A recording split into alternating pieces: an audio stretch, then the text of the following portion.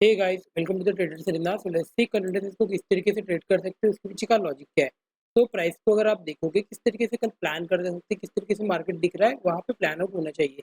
तो अंडरस्टैंड करोगे, first of all हमको एक वीकली में जाना पड़ेगा, किस तरीके से प्राइस बन रहा है उसी को आइडेंटिफाई करके फिर प्लान आउट कर सकते हैं। 2 वीक से मार्केट एक रेंज में रह चुका है, मतलब हो सकता है ये वीक आपको एक ट्रेंडिंग वीक मिल सकता है। There is a more probability. जब भी मार्केट वीक में 2 बार एक ही रेंज में रहता है, मेरे लिए बहुत ज्यादा इंटरेस्टिंग हो जाता है। मार्केट कहीं न कहीं ट्रेंडिंग जा सकता है। अगर ये ऊपर के साइड भी गया है ना, तो ये हाई को ये टच कर सकता है।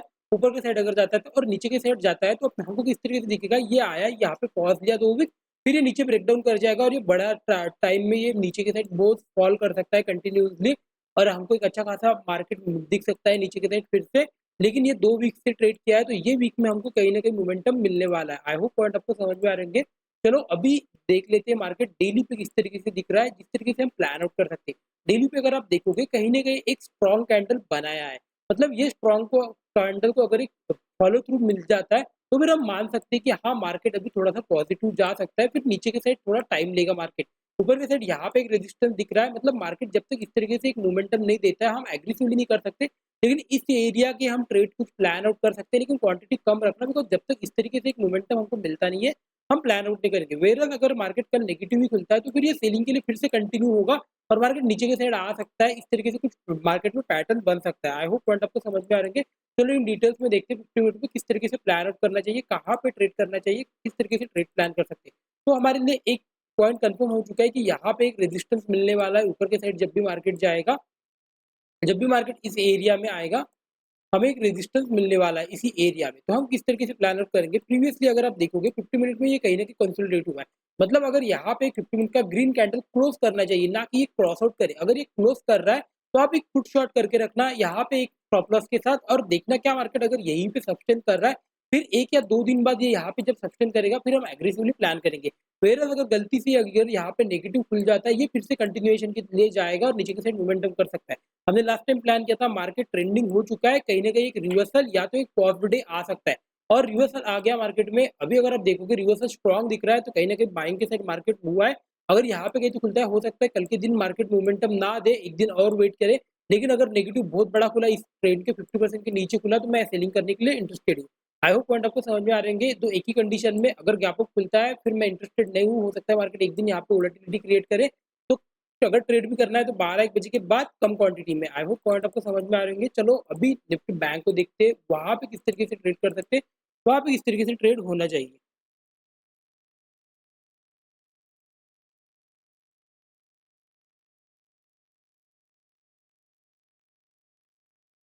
तो निफ्टी बैंक को अगर आप देखोगे, ये वीकली में किस तरीके से दिख रहा है, वहाँ पे उसी तरीके से ट्रेड आउट प्लान करेंगे। अभी अगर आप वीकली में निफ्टी बैंक को अगर देखोगे, ये मुझे इंटरेस्टिंग नहीं लग रहा है बाइंग के साइड। मुझे अगर ट्रेड करना है, मैं निफ्टी 50 को ट्रेड करूँगा। अगर ऊपर जाता है तो instead of bank Nifty, because bank Nifty कहीं न कहीं थोड़ा-सा ऊपर जा रहा है। और अगर आप देखोगे यहाँ से एक सेल ऑफ आया था, ये सेल ऑफ का 50% अभी तक मार्केट कभी गया नहीं ऊपर की साइड। मतलब ये एरिया एक्सट्रीम वोलेटिलिटी क्रिएट करेगा मार्केट ऊपर की साइड जाते टाइम। तो यहाँ पे क्या होगा ना, मार्केट ऊपर जाएगा फिर नीचे आएगा, ऊपर जाएगा नीचे जाएगा, इस तरीके से होते रहेगा। तो ये मुझे इंटरेस्टिंग नहीं लगेगा। अगर मार्केट नेगेटिव खुलता है, तो ही मैं इसमें सेलिंग करने के लिए प्लान करूँगा। अगर ये ऊपर के साइड जाता है, तो मैं इतना इंटरेस्टेड नहीं हूँ। अगर आप वो डेली पे देखोगे, डेली पे किस तरीके से दिख रहा है, डेली पे अगर आप देखोगे कहीं न कहीं ब्रेकआउट एरिया में ट्रेड कर रहा है।